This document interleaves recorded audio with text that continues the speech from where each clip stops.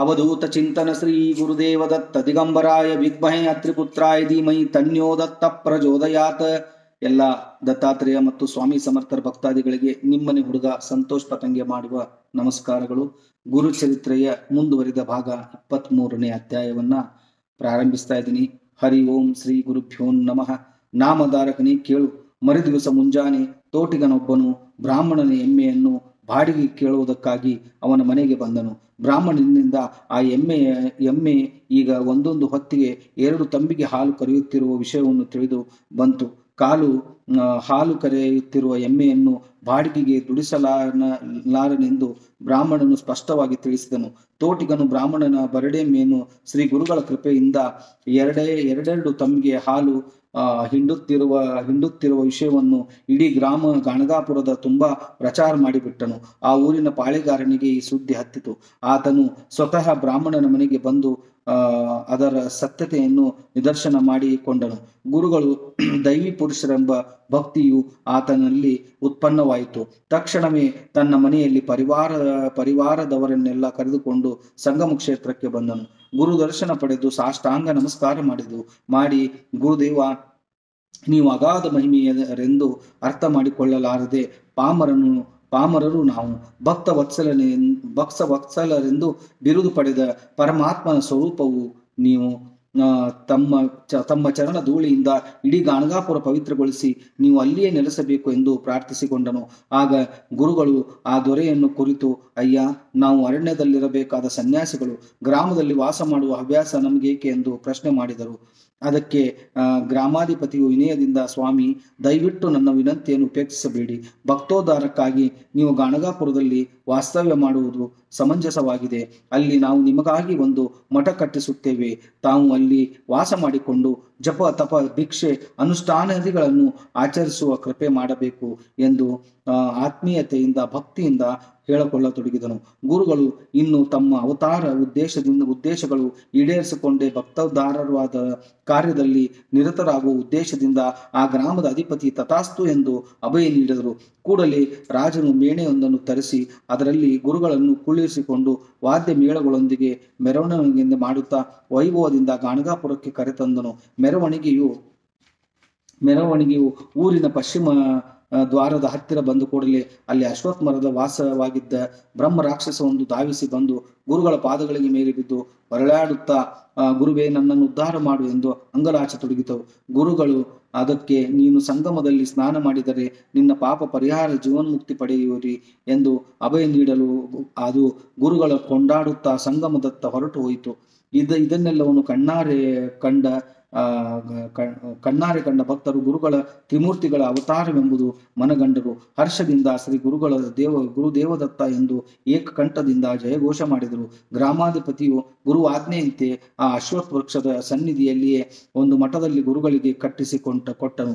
ಗುರುಗಳು ಅಲ್ಲಿಂದ ಪ್ರತಿನಿತ್ಯ ಸಂಗಮಕ್ಕೆ ಹೋಗಿ ಅನುಷ್ಠಾನ ಮುಗಿಸಿಕೊಂಡು ಬರುತ್ತಿದ್ದರು. ಆದ ರಾಜನ ಸಂಗಮದವರೆಗೆ ಗುರುಗಳನ್ನು ಮೇಣೆಯಲ್ಲಿ ಕರೆದುಕೊಂಡು ಬಿಟ್ಟು ಬರುತ್ತಿದ್ದನು. ಅವರು ಅನುಷ್ಠಾನ ಮುಗಿಸಿಕೊಂಡು ಬರುವ ವೇಳೆಗೆ ಮಹಾದ್ವಾರದಲ್ಲಿ ಕಾಯುತ್ತಿದ್ದು ಅವರನ್ನು ಭಕ್ತಿಯಿಂದ ಸ್ವಾಗತಿಸುತ್ತಿದ್ದನು.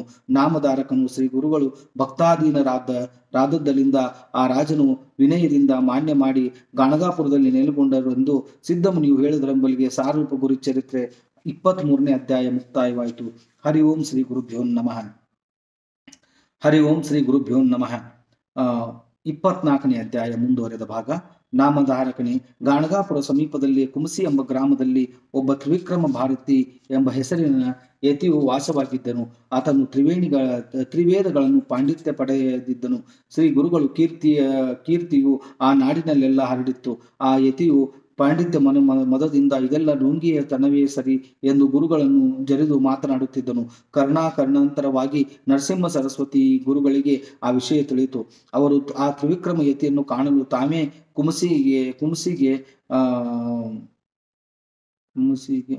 ಕುಮಸಿಗೆ ಹೊರಟರು. ಗ್ರಾಮಾಧಿಪತಿಯ ಪ್ರತಿ ಗುರುಗಳು ಈ ಪ್ರಯುಕ್ತ ಪ್ರಯಾಣಕ್ಕೆ ವೈಭವದ ಸಿದ್ಧತೆ ಮಾಡಿದರು. ಗುರುಗಳನ್ನು ಸಿಂಗರಿಸಿದ ಮೇಣೆಯನ್ನು ಕುಳ್ಳರಿಸಿಕೊಂಡು ಸೈನ್ಯ ಸಮೇತನಾಗಿ ತಾನು ಗುರುಗಳೊಂದಿಗೆ ಕುಮಸಿಗೆ ಹೊರಟನು. ತ್ರಿವಿಕ್ರಮ ಭಾರತಿಯು ಪ್ರತಿನಿತ್ಯ ನರಸಿಂಹ ದೇವರ ಮಾನಸ ಪೂಜೆ ಮಾಡುತ್ತಿದ್ದನು. ಆದರೆ ಆ ದಿವಸ ಆತನ ಮನಸ್ಸು ಚಂಚಲವಾಯಿತು.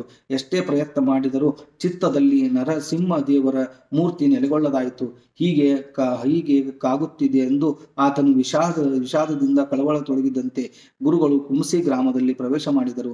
ತ್ರಿವಿಕ್ರಮ ಭಾರತಿಗೆ ಗುರುಗಳು ತಾನು ನಿತ್ಯ ಆರಾಧಿಸುತ್ತಿದ್ದ ನರಸಿಂಹ ಮೂರ್ತಿಯಂತೆಯೇ ಗೋಚರಿಸಿದನು. ಆತನ ಭಕ್ತಿಯಿಂದ ಪುಲಕಿತನಾಗಿ ಓಡಿ ಬಂದು ಗುರುಗಳು ಸಾಷ್ಟಾಂಗ ನಮಸ್ಕಾರ ಮಾಡಿ ಮೇಲೆದ್ದು ನಿಂತಾಗ ಇಡೀ ಸೈನ್ಯದಲ್ಲಿಯ ಪ್ರತಿಯೊಬ್ಬ ಕಾಲಾಳುಗಳು ಆತನಿಗೆ ನರಸಿಂಹ ರೂಪದಲ್ಲಿಯೇ ಕಾಣಿಸತೊಡಗಿದರು. ತ್ರಿವಿಕ್ರಮ ಭಾರತಿಗೆ ಯಾರಿಗೆ ನಮಸ್ಕರಿಸಬೇಕು, ಏನು ಮಾಡಬೇಕು ಎಂಬುದೊಂದು ತಿಳಿಯದಂತಾಯಿತು. ಆತನು ಕಕ್ಕಾಬಿಕ್ಕಿಯಾಗಿ ಮೇಣೆಯಲ್ಲಿ ಕುಳಿತಿದ್ದ ಗುರುನಾಥನ ಪಾದಗಳನ್ನು ಗಟ್ಟಿಯಾಗಿ ಹಿಡಿದುಕೊಂಡು ಗುರುಗಳನ್ನು ಕುರಿತು, ಹೇ ಜಗದ್ಗುರುವೇ, ನೀನು ತ್ರಿಮೂರ್ತಿಗಳ ಅವತಾರವಿರುವೆ. ಸರ್ವವ್ಯಾಪಿಯಾದ ನಿನ್ನ ವಿಶ್ವರೂಪದ ಪಾಮರನಾದ ನಾನು ಈ ಚರ್ಮಚಕ್ಷುಗಳಿಂದ ನೋಡಲು ಅಸಮರ್ಥನಾಗಿರುವೆ. ನೀನೇ ನನ್ನ ಮಾನಸಂತಾರ್ಗವಾಗಿ ನರಸಿಂಹ ಮೂರ್ತಿ ಎಂಬುದನ್ನರಿಯದೆ ನಾನು ಅಪರಾಧ ಮಾಡಿದೆ.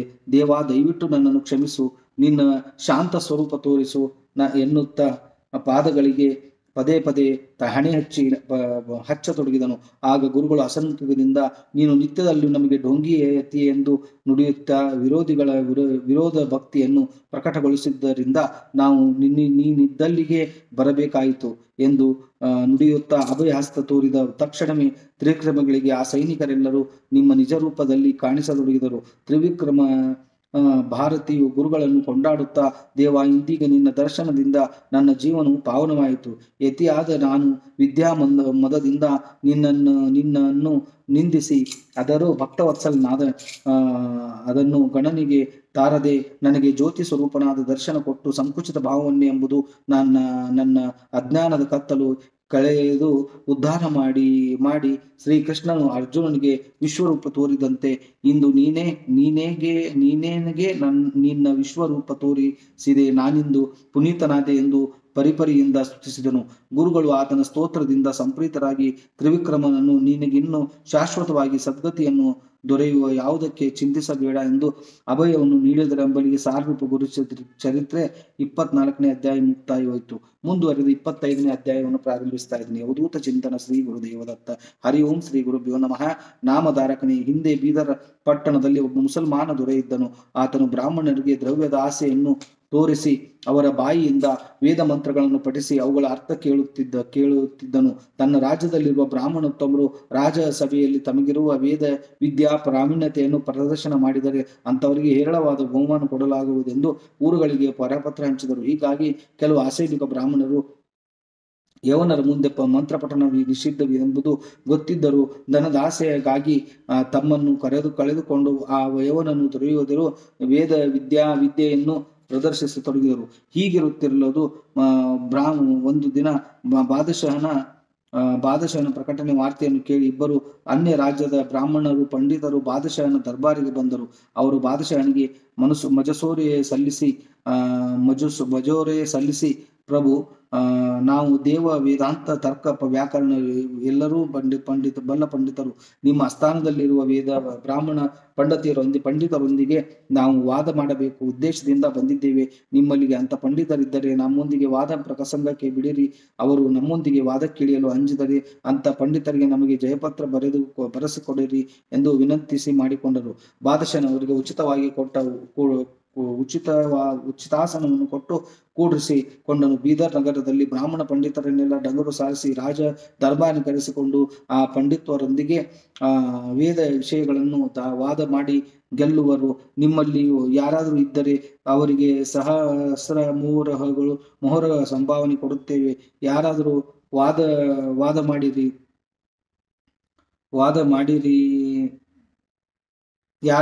ಮಾಡಿರಿ ಎಂದನು. ಧನದಾಸೆಯ ಭಕ್ತಿಯಿಂದ ತಮ್ಮಲ್ಲಿದ್ದ ಅಲ್ಪ ವಿದ್ಯೆಯನ್ನು ಬಾದಶಹನದರು ಪ್ರದರ್ಶಿಸಿ ದುಡ್ಡು ಪಡೆದೇ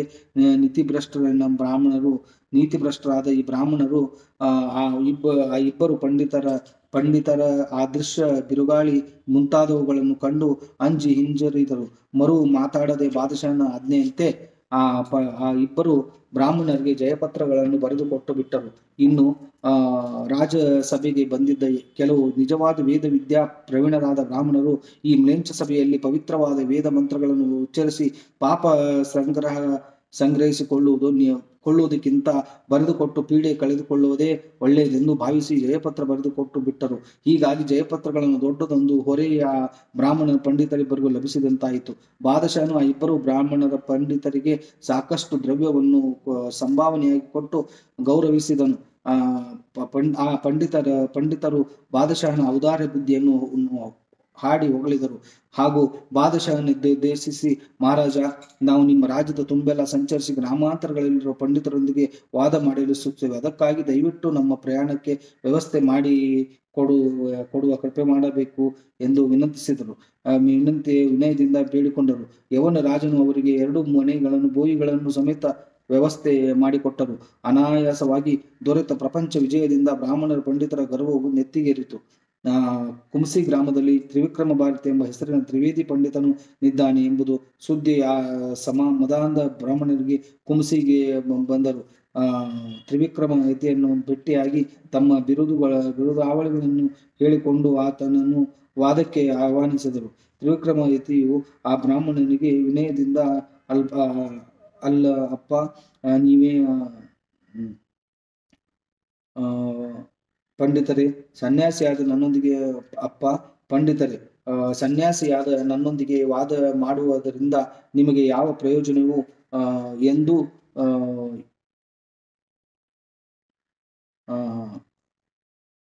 ಎಂದು ಸೂಚಿಸಿದರು. ಆದರೆ ಆ ಸೊಕ್ಕಿನ ಪಂಡಿತರು ಅದಕ್ಕೊಪ್ಪಲಿಲ್ಲ. ಎಲ್ಲೋ ಯತಿಯೇ, ನೀನು ನಮ್ಮೊಂದಿಗೆ ವಾದಕ್ಕಿಳಿಯಲು ಅಂಜಿದರೆ ಜಯಪತ್ರವನ್ನು ಬರೆದು ಕೊಡಬೇಕಾಗುವುದು ಎಂದು ಜಂಬದಿಂದ ನುಡಿದರು. ತ್ರಿವಿಕ್ರಮನನ್ನು ಈ ಪಂಡಿತನ ಗುರುಗಳಿಗೆಲ್ಲಿಗೆ ಕರೆದು ಇದು ಸರಿಯಾದ ಶಾಸ್ತಿಯನ್ನು ಮಾಡಿಸಬೇಕೆಂಬುದು ವಿಚಾರದಿಂದ, ಅಯ್ಯ ಪಂಡಿತರೋತ್ತಮರೇ, ಸಮೀಪದಲ್ಲಿರುವ ಗಾಣಗಾಪುರದಲ್ಲಿ ನನ್ನ ಗುರುಗಳಿದ್ದಾರೆ. ಅವರು ಸಮ್ಮುಖದಲ್ಲಿಯೇ ನಾನು ನಿಮಗೆ ಜಯಪತ್ರ ಬರೆದು ಕೊಡುತ್ತೇನೆ ಎಂದು ಒಂದು ವೇಳೆ ನೀವು ವಾದದಲ್ಲಿ ಗುರುಗಳನ್ನು ಸೋಲಿಸಿದರೆ ಅವರಿಂದಲೂ ಜಯಪತ್ರ ದೊರೆಯಬಹುದು. ಕಾರಣ ಅಲ್ಲಿಗೆ ಹೋಗೋಣ, ಬನ್ನಿರಿ ಎಂದು ಪಂಡಿತರು ಅದಕ್ಕೊಪ್ಪಿ ಆದ್ಯತೆಯನ್ನು ಮೇಣೆ ಏನೇ ಕುಳಿತುಕೊಂಡರೂ ಕಾಲು ನಡಿಗೆಯಿಂದ ಹೊರಟು ತ್ರಿವಿಕ್ರಮನು, ಎಲ್ಲೋ ಯತಿಯೇ, ನೀನು ಮುಂದೆ ನಡೆಯುತ್ತಾ ಮಾರ್ಗದರ್ಶನ ಮಾಡು ಎಂದು ಗರ್ವದಿಂದ ಹೇಳಿದರು. ತ್ರಿವಿಕ್ರಮ ಯತಿಯ ಕಾಲು ನಡಿಗೆಯಿಂದ ಮುಂದೆ, ಪಂಡಿತರಿಬ್ಬರು ಮೇಣೆ ಆತನು ಹಿಂದೆ. ಹೀಗೆ ಅವರೆಲ್ಲರೂ ಗಾಣಗಾಪುರಕ್ಕೆ ಬಂದು ತಲುಪಿದರು. ತ್ರಿವಿಕ್ರಮ ಯತಿ ಮೇಣೆಯ ಹೊರಗೆ ನಿಲ್ಲಿಸಿ ತಾನೊಬ್ಬನೇ ಮಠದೊಳಗೆ ಹೋಗಿ ಗುರುಗಳಿಗೆ ಸಾಷ್ಟಾಂಗ ನಮಸ್ಕಾರ ಮಾಡಿ ಆ ಪಂಡಿತರ ವಿಚಾರವನ್ನು ತಿಳಿಸಿದರು. ಗುರುಗಳು ತಮ್ಮ ಶಿಷ್ಯನೊಬ್ಬ ಕರೆಸಿದ ಹೊರಗಿದ್ದ ಇಬ್ಬರು ಪಂಡಿತರನ್ನು ಮಠದ ಆವರಣದಲ್ಲಿ ಕರೆಸಿಕೊಂಡು ಬಂದರೆಂಬಲಿಗೆ ಸಾರರೂಪ ಗುರುಚರಿತ್ರೆ 25ನೇ ಅಧ್ಯಾಯ ಮುಕ್ತಾಯವಾಯಿತು. ಹರಿ ಓಂ ಶ್ರೀ ಗುರುಭ್ಯೋ ನಮಃ. ಅವಧೂತ ಚಿಂತನ ಶ್ರೀ ಗುರುದೇವದತ್ತ. ದಿಗಂಬರಾಯ ವಿದ್ಮಹೇ ಅತ್ರಿಪುತ್ರಾಯ ಧೀಮಹಿ ತನ್ಯೋ ದತ್ತ ಪ್ರಚೋದಯಾತ್. ಹರಿ ಓಂ ಶ್ರೀ ಗುರುಭ್ಯೋ ನಮಃ. ಗುರುಚರಿತ್ರೆ 26ನೇ ಮುಂದುವರೆದ ಭಾಗವನ್ನ ಪ್ರಾರಂಭಿಸ್ತಾ ಇದ್ದೀನಿ. ಹರಿ ಓಂ ಶ್ರೀ ಗುರುಭ್ಯೋ ನಮಃ. ನಾಮಧಾರಕನೇ ಶ್ರೀ ಗುರುಗಳು ಆ ಪಂಡಿತರಿಬ್ಬರು ಕುಳ್ಳಿರಿಸಿಕೊಂಡು ಸನ್ಯಾಸಿಗಳೊಂದಿಗೆ ವಾದಕ್ಕಿಳಿಯುವವರಿಗೆ ಸರಿ ಎಲ್ಲೆಂಬುದು ಬೇಕಾದಷ್ಟು ರೀತಿಯಿಂದ ತಿಳಿಸಿ ಹೇಳಿದರು. ನಿಮ್ಮ ವಿನಾಶಕ್ಕಾಗಿಯೇ ನಿಮಗಿಂತ ದುರ್ಬುದ್ಧಿ ಹುಟ್ಟಿದಂತಿದೆ ಎಂದು ಸಿಟ್ಟು ಮಾಡಿ ನೋಡಿದರು. ಆದರೆ ಮದಾಂಧರಾದ ಆ ಪಂಡಿತರು ಗುರುಗಳಿಗೆ ಹಿತವಚನಗಳನ್ನು ಕೇಳಿ ಕಿವಿಗೊಡದೆ, ನಾವು ನಿಮ್ಮ ಪ್ರವಚನ ಕೇಳಲು ಬಂದ ಭಕ್ತರಲ್ಲ. ವಾದದಲ್ಲಿ ನಿಮ್ಮನ್ನು ಗೆದ್ದು ಜಯಪತ್ರಗಳನ್ನು ಸಂಪಾದಿಸಿಕೊಂಡು ಹೋಗುವ ಬಂದ ಪಂಡಿತರೊಮ್ಮರು. ಹಾಳು ಹರಟೆಯಲ್ಲಿ ವೇಳೆ ಕಳೆಯುವುದು ಸಾಕು. ನಮ್ಮೊಂದಿಗೆ ವಾದ ಪ್ರಸಂಗ ನಡೆಸುವಿರೋ ಅಥವಾ ಜಯಪತ್ರ ಬರೆದು ಕೊಡುವಿರೋ, ಇನ್ನೆಷ್ಟು ಉತ್ತರಿಸಿರಿ ಎಂದು ಸೊಕ್ಕಿನ ಮಾತುಗಳನ್ನು ಮಾಡತೊಡಗಿದರು. ಗುರುಗಳು ಇವರಿಗೆ ಹಿತೋಪದೇಶ ಮಾಡುವುದು ನಿಜ ಪ್ರಯೋಜನವಿಲ್ಲವೆಂದು ಮನಗಂಡು, ತಥಾಸ್ತು, ನಿಮ್ಮ ಇಚ್ಛೆಯಂತೆ ಆಗಲಿ ಎಂದು ನುಡಿಯುತ್ತಾ, ನಿಮ್ಮೊಂದಿಗೆ ವಾದ ಮಾಡಲು ಒಬ್ಬ ವ್ಯಕ್ತಿಯನ್ನು ಕರೆಸುತ್ತೇನೆ, ಕುಳಿತುಕೊಳ್ಳಿ ಎಂದು ಹೇಳಿದವನಿಗೆ ಸಾರರೂಪ ಗುರುಚರಿತ್ರೆ 26ನೇ ಅಧ್ಯಾಯ ಮುಕ್ತಾಯವಾಯಿತು. ಹರಿ ಓಂ ಶ್ರೀ ಗುರುಭ್ಯೋ ನಮಃ. ಗುರುಚರಿತ್ರೆ 27ನೇ ಅಧ್ಯಾಯ ಮುಂದಿನ ಭಾಗವನ್ನ ಪ್ರಾರಂಭಿಸ್ತಾ ಇದ್ದೀನಿ. ಹರಿ ಓಂ ಶ್ರೀ ಗುರುಭ್ಯೋ ನಮಃ. ನಾಮಧಾರಕನೇ, ಮುಂದೆ ನಡೆದ ಚಮತ್ಕಾರ ಘಟನೆಗಳನ್ನು ಕೇಳು. ಅದೇ ವೇಳೆಗೆ ಸರಿಯಾದ ಮಾತಂಗನೆಂಬ ಹೆಸರಿನ ಚಾಂಡಾಲ ಜಾತಿಯ ವ್ಯಕ್ತಿಯೊಬ್ಬನು ಮಠದೆದುರು ಬೀದಿಯಲ್ಲಿ ಹಾಯ್ದು ಹೋಗುತ್ತಿದ್ದನು. ಗುರುಗಳು ನೋಡಿದರು. ತಮ್ಮ ಶಿಷ್ಯನನ್ನೊಡಗೂಡಿ ಆ ವ್ಯಕ್ತಿಯನ್ನು ಮಠದ ಆವರಣದೊಳಗೆ ಕರೆಸಿಕೊಂಡು ಬಂದರು. ಚಾಂಡಾಲನ ದೂರದಲ್ಲಿ ನಿಂತುಕೊಂಡನು. ಗುರುಗಳಿಗೆ ನಮಸ್ಕರಿಸಿ ಗುರುಗಳು ಆತನಿಗೆ, ಎಲೋ ನೀನು